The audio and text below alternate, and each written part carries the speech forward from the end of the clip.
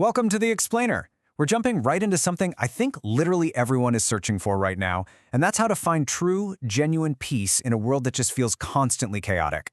Today, we're pulling from some incredibly diverse sources. We're talking peer-reviewed neurology, nursing research, eco-friendly lifestyle blogs, and even ancient contemplative practices. We're going to see how all these different texts actually synthesize to give us a holistic guide to designing your own personal sanctuary. So I want you to think about this right off the bat. Where do you actually find true rest? Because let's face it, we are living in a modern epidemic of stress. We're constantly plugged in, overscheduled, completely overwhelmed. There is this universal human need for a sanctuary, a place, whether it's a physical room or a mental headspace, where we can truly unplug and recharge.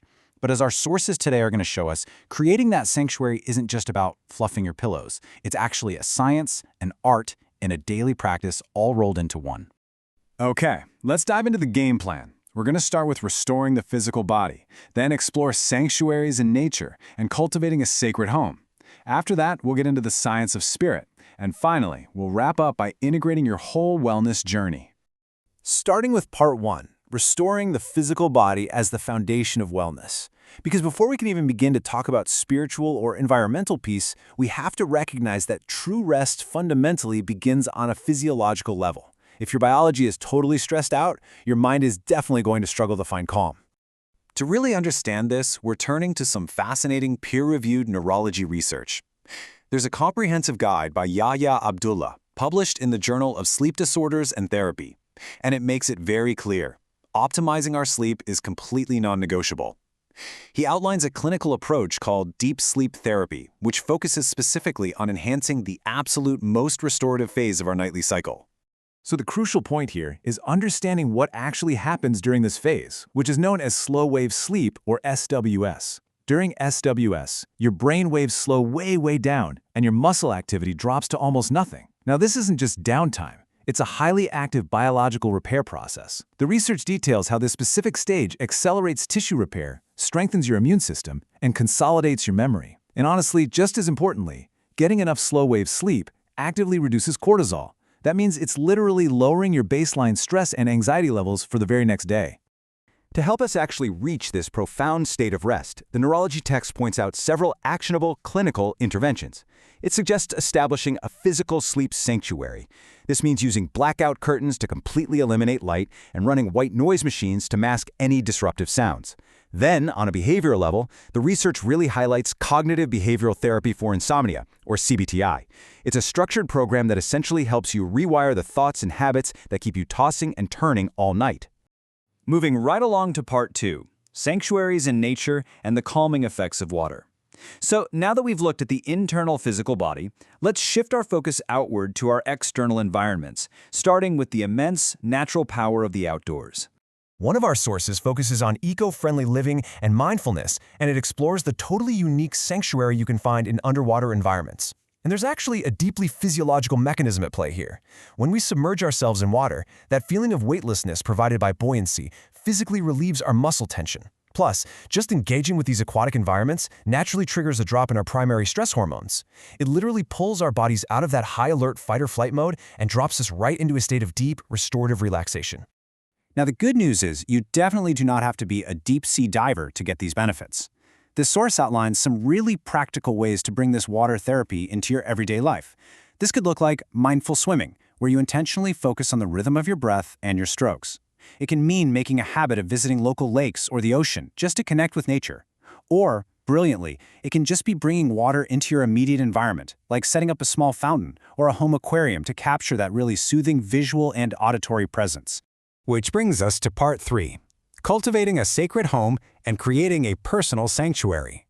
That idea of bringing the peace of nature indoors is the perfect transition from the vastness of the outside world right into the intimate, intentional curation of our own living spaces. Across various lifestyle blogs and communities, like Lemonade, for example, there's a huge emphasis on actively cleansing a home's atmosphere. These sources document specific rituals people use to clear out stagnant energy, especially after stressful events. This usually involves a really multi-sensory approach. First, you throw open the windows and doors to let the stale air out. Then, people use natural elements like sage or Palo Santo for their purifying aromas. Next is a sound cleanse, literally just ringing a bell to break up heavy vibes. And finally, using visualization techniques, like picturing a warm golden light filling every corner of the room to completely reset the space's energy. Now, what's genuinely fascinating about the source material here is how many communities take this curation a step further. They're turning their physical houses into literal spiritual sanctuaries. Our sources show a widespread practice of anointing homes with oil, very often olive oil, and strategically placing specific Bible verses around door frames and living areas. For example, using Psalm 91 for protection or Proverbs 24 for wisdom. It's this highly intentional, deeply personal practice designed to cultivate an atmosphere where anxiety is actively replaced by a really palpable sense of peace and security. Part 4. The Science of Spirit, Healing the Mind and Soul. This incredible intersection of intentional environments and internal peace brings us to our final pillar, bridging the gap between ancient spiritual traditions and modern medical science. To explore this, we have to look at some nursing research from the Sigma repository. It introduces a high-level medical term that you might not know, salutogenic. While pathogenic focuses on what causes disease, salutogenic focuses entirely on what creates health. The researchers, Mary Claret Ndubisi-Obi and Dr. Lillian Allen, reviewed numerous clinical trials and found that prayer and meditation are actually highly salutogenic. They actively influence human biology. They help rid the body of stress and physically push it in a healthier direction. And this brilliantly illustrates a fascinating parallel that we are seeing across all of our sources today. On one hand, we have clinical interventions, like cognitive behavioral therapy and sleep medicine, that are designed to lower cortisol and anxiety. But then, on the other hand, we have spiritual interventions, like prayer and contemplative meditation, achieving those exact same physiological benefits. Both of these pathways are validated tools for moving the body away from disease and towards profound, true rest. So, to put these spiritual interventions into real-world practice, our sources include insights from The Daily Meditation. That's a podcast hosted by Brother Richard, who is a Capuchin Franciscan friar. His whole mission is to take the Christian monastic contemplative tradition, which is literally one of the oldest continuous meditative practices in the world, and offer it up to modern listeners of all backgrounds as a way to find stillness and grounding. Brother Richard's teachings provide incredibly specific, actionable exercises for grounding the mind. Take bone breathing, for instance. This involves a deep visualization of breath literally filling the actual structure of your skeleton to cultivate this intense physical embodiment. Or there's Maranatha chanting, where repeating an ancient Aramaic phrase is used to just quiet down racing thoughts. He also guides guardian angel meditations that foster a really deep sense of trust, safety, and silent reflection. These aren't just abstract ideas. They are practical, everyday techniques to actively engage your mind in rest. Finally, Part 5. Integrating your wellness journey across body, space, and mind. Because how do we actually bring all of these distinct threads together?